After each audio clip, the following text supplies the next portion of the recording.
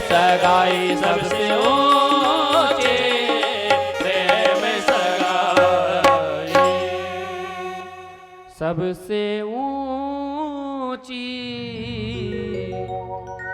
प्रेम सगाई। भगवान तो भाव के भूखे होते हैं। कहते हैं भाव का भूखा हूं मैं, भाव ही एक सार है। भाव से भजता मुझे जो, भव से बेड़ा पार है। सुखदेव जी कहते हैं परीक्षित, भगवान कभी जाति पात बिरादरी नहीं देखते हैं। अगर जात पात देखते तो विदुर जी के घर जाकर के छिलके क्यों खाते। एक बात कहूं, और भगवान जब लीला संपन्न करके जा रहे थे तो भगवान किसी की याद नहीं की। उद्धव जी ने कृष्ण की भगवान केशव से प्रश्न किया कि आपके 24 अवतार हैं, 24 अवतार में सब वंदनीय हैं, लेकिन आपको ये तो अंदर की बात है कि ये बताइए आपको सबसे अच्छा और प्रिय भोग कहाँ लगा। भगवान कहते हैं कि त्रेता युग में माता सबरी के जूठे भेर में जो खाने का आनंद आया, और द्वापर में मुझे विदुर जी के घर विदुरानी काकी के हाथे जो केले का छिलका खाने का आनंद आया, वो स्वाद मुझे कभी कहीं नहीं आया। भगवान तो मेरे भाव देखते हैं, आपका भाव कैसा है। भगवान ने कहा कि उद्धव आज मुझे विदुर की याद आ रही है, तुम जा रहे हो, जहां भी कहीं हो मेरा विदुर से मिलना और उसे समाचार अवश्य कहना। उद्धव जी जाकर के सरस्वती नदी के किनारे विदुर जी से मिलना हुआ और दोनों का कंठ अवरुद्ध हो गया। एक दूसरे को देख रहे हैं, बोल पाते नहीं हैं, देखते देखते हंस रहे हैं और कहते हैं कि आप बड़े भाग्यशाली हैं। कहते हैं उद्धव तुम बड़े भाग्यवान हो, और विदुर जी कहते हैं कि आप बड़े भाग्यवान हो उद्धव। उद्धव जी कहते हैं विदुर आप बड़े भाग्यवान हैं।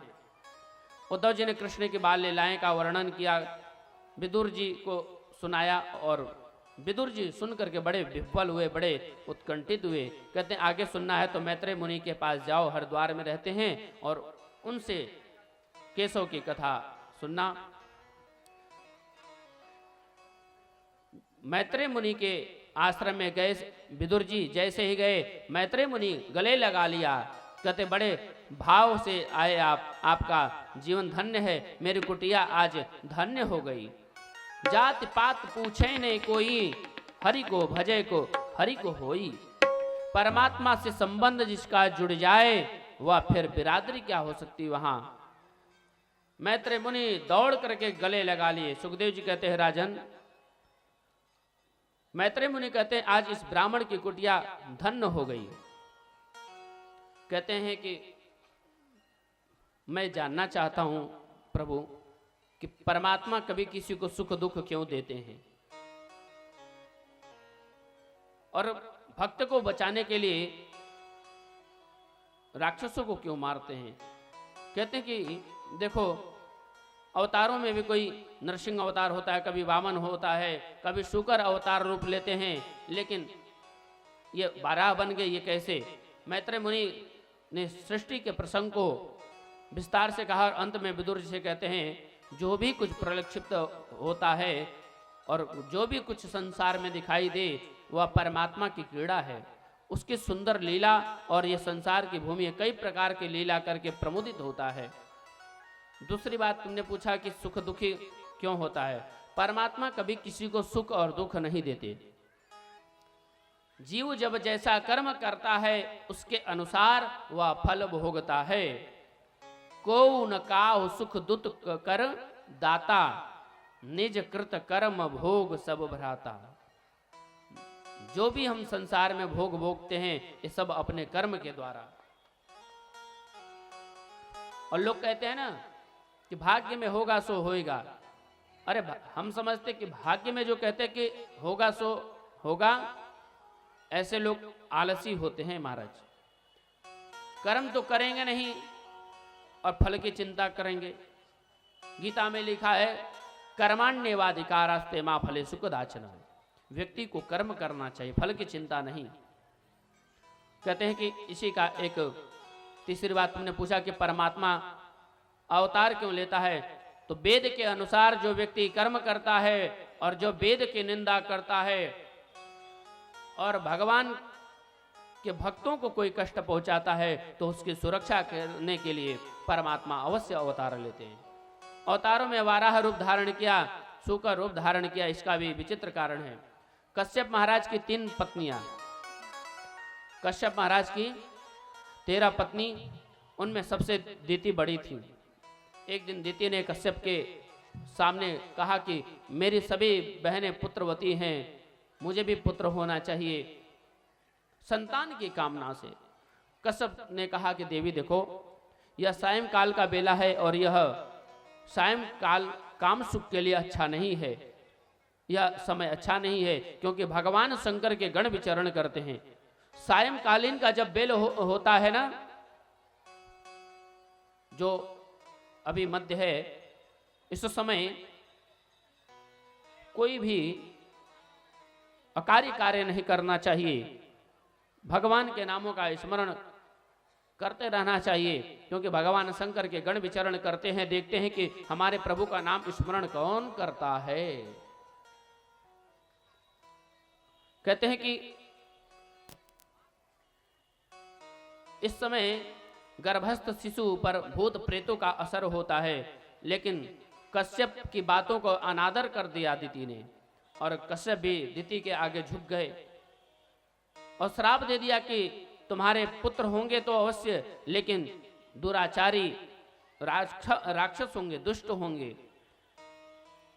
क्षमा याचना के नहीं, मुझे तो सुंदर पुत्र चाहिए, दुष्ट दुराचारी नहीं। संत ने कहा कि देखो, कश्यप ने कहा देखो दीति, जैसा हम बीज बोएंगे वैसे फल हमें मिलेगा। इतना तो अवश्य है कि तुम्हारा पौत्र जो होगा बड़ा गुणवान अलंपट होगा, महाराज शीलवान होगा, तेजस्वी यशस्वी मनस्वी होगा और भगवान का परम लाडला भक्त होगा। दीति के मन में बड़ा प्रसन्नता हुई। कहते हैं कि जो तुम्हारे पुत्र होंगे, राक्षस तो अवश्य होंगे, पर परमात्मा उन्हें दर्शन देने के लिए आएंगे। ब्रह्मा से पूछा देवताओं ने कि दीति के गर्भस्थ शिशु जो है उनका प्रकाश अभी से बढ़ रहा है, पता नहीं क्या होगा। ब्रह्मा ने कहा दीति के गर्भ में जो बालक है साधारण मानव नहीं, ये तो दोनों भगवान के दिव्य पार्षद हैं। एतौ पार्षदो मह्यम जयो विजय एव च कदर्थी कृत्यमाम यद्वो बव्वक्राता मतिक्रमम। ब्रह्मा ने कहा मेरे मानस 4 पुत्र हैं, सनक सनंदन सनातन सनत कुमार। ये चारों मानस पुत्र एक बार भगवान के दर्शन के लिए गए, बैकुंठ में प्रवेश करने लगे तो भगवान के द्वारपाल होते हैं जय और विजय। जय और विजय ने उन्हें रोक दिया। सनत कुमारों ने कहा कि मेरे प्रभु से, मेरे पिता के स्वरूप पिता से मिलने के लिए तुम मना कर रहे हो, जाओ मैं श्राप देता हूं, तुम अपने का निर्वाह नहीं कर रहे हो, जाओ तुम राक्षस हो जाओ। क्षमा याचना मांगा, महाराज गलती हो गई, क्षमा करें। तब भगवान आए दर्शन देने के लिए। सनत कुमार का जो तेज था वो नष्ट हो गया। महाराज श्राप देने पर भी जो हमारे तप होता है वो नष्ट हो जाता है। कभी क्रोध नहीं होना चाहिए, क्रोध से भी हमारे तेज चला जाता है और हम लोग भी बात बात पर क्रोध किया करते हैं, तो हमें बचना चाहिए। इसलिए क्रोध से कभी गलत न बोले किसी को, धीरे धीरे इस पर काबू पाना चाहिए। कहते हैं कि वे ही दोनों पार्षद जय और विजय दिति के गर्भ में बालक बन करके आए और दोनों का जन्म हुआ। एक का नाम है हिरण्यकश्यपु और दूसरे का नाम हिरण्याक्ष। दिति माने बुद्धि, भेद बुद्धि, और अदिति माने अभेद बुद्धि। हिरण्यकश्यप कहते हैं अभिमान को और हिरण्याक्ष कहते हैं लोभ को। देवता जहां अभेद बुद्धि होगा वहां पर देवताओं का प्राकट्य होगा, जो सत्व गुण के ही प्रतीक होते हैं और माने जाते हैं। हिरण्याक्ष बड़ा दुष्ट है महाराज। पृथ्वी पर प्रलय का जब समय आया तो पृथ्वी समुद्र में डूब गई। देवता लोग चिंतित हो रहे थे कि पृथ्वी को निकाल करके लाए कौन। तब ब्रह्मा को छींक आई और छींक जब आई तो उनके छींक से नासिका से छोटा सा शुकर का बालक निकला और समुद्र में डूब कर वारा भगवान को अपने दृष्टाओं पर पृथ्वी को लेकर के निकलने लगा। और पृथ्वी के डूब जाने पर जो प्रतापी लोग हैं वो आकाश में उड़ते हैं। एक बार नारद जी आकाश में उड़ते जा रहे थे, हरि भजन करते हुए पकड़ लिया हिरण्याक्ष ने। खाली बीणा बजाने आता है, लड़ने झगड़ने भी आता है। नारद जी ने कहा भैया देखो हमें तो प्रभु का कीर्तन ही आता है और तो कुछ आता ही नहीं है। नहीं मुझे तो तुमसे युद्ध करना है, लड़ना है। नारद जी ने कहा भैया हमें ये सब नहीं आता है। अच्छा ये बताओ तुम्हारे समान अगर कोई बलशाली के सामने भेज दूं तो क्या लड़ोगे बताओ। हिरण्याक्ष ने कहा बिल्कुल बताओ। कहा कि देखो समुद्र के किनारे जाओ तुम, वाराह यानी शुकर पृथ्वी को लेकर के निकल रहा होगा और उसी को जाकर के पकड़ना और ऐसे तुम्हारी खुजली मिटाएगा कि जिंदगी भर तुम लड़ने की कामना नहीं करोगे। और जैसे हिरण्याक्ष समुद्र के किनारे गया, वाराह भगवान को ललकारने लगा और लड़ने के लिए ललकारने लगा। और जैसे ही भगवान से युद्ध हुआ, भगवान ने अपनी गदा से उसके मुखमंडल पर जोर से प्रहार किया और हिरण्याक्ष का वध हो गया, उद्धार हो गया। देवताओं ने फूलों की वृष्टि करी। बोले वाराह भगवान की जय हो। ये 24 अवतारों में दूसरा अवतार है वाराह भगवान का। अब पृथ्वी के मन में अभिमान हो गया कि सारे पृथ्वी जब डूब गई थी, भगवान ने पृथ्वी को लेकर के वृंदावन गए। बोले ये वृंदावन कहाँ से आ गया, ये कहाँ से? बोले ये मेरी भूमि है, ये वृंदावन, ये कभी डूबती नहीं है, ये मेरा धाम है, मेरा घर है, कभी डूबते नहीं है।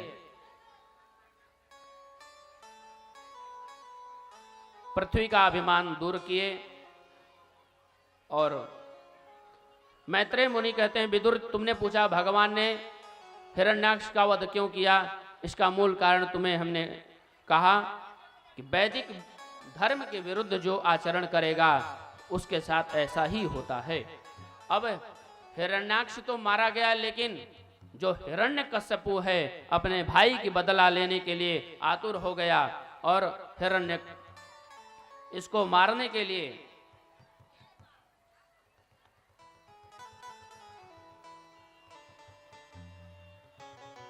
अब कपिल भगवान का अवतरण होता है। कहते हैं कि पृथ्वी की स्थापना हुई और ब्रह्मा जी के जितने भी पुत्र हुए सब विरक्त हो गए। सबने कह दिया, सनत कुमारों ने कह दिया कि हम तो शादी विवाह करेंगे नहीं। एक पुत्र और हुए, नाम है उनका कर्दम। कर्दम ऋषि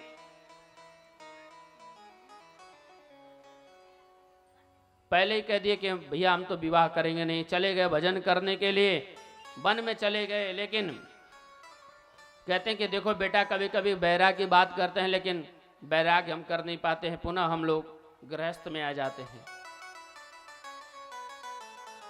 मन में संकल्प कर लिए कि हम जा रहे हैं भगवान को प्राप्त करने के लिए, और चले गए परमात्मा को याद करने के लिए। हजारों वर्षों तक तपस्या किया, संकल्प पूरा हुआ उनका। भगवान नारायण के दर्शन करने के लिए भजन कर रहे हैं, लेकिन उन्होंने एक दृश्य देखा। एक राजकुमार राजकुमारी को देख लिया उन्होंने। दोनों को एक साथ मन में विवाह की कामना जगी। लोग विवाह करते हैं, शादी करते हैं, उनके पुत्र होते हैं, उनकी भी कामना जगी कि हम भी विवाह करेंगे। बोले देखो ये बाबा का, बुढ़ऊ बाबा का, आए थे भजन करने के लिए, अब इनकी भाव जग गई विवाह करने की। अब महाराज आपको बताऊं, भगवान मन ही मन प्रसन्न हो रहे कि बताओ कैसे बाबा। अब विवाह की कामना से भजन करने लगे। नारायण प्रभु उन्हें दर्शन दिए, बोले कि मांगो क्या वरदान चाहिए। कहते बस प्रभु मुझे कुछ नहीं चाहिए, आपका दर्शन हो गया, आपके दर्शन के लिए मैं तो लालायित था, कुछ नहीं चाहिए। कहते देखो मन में संकल्प है विवाह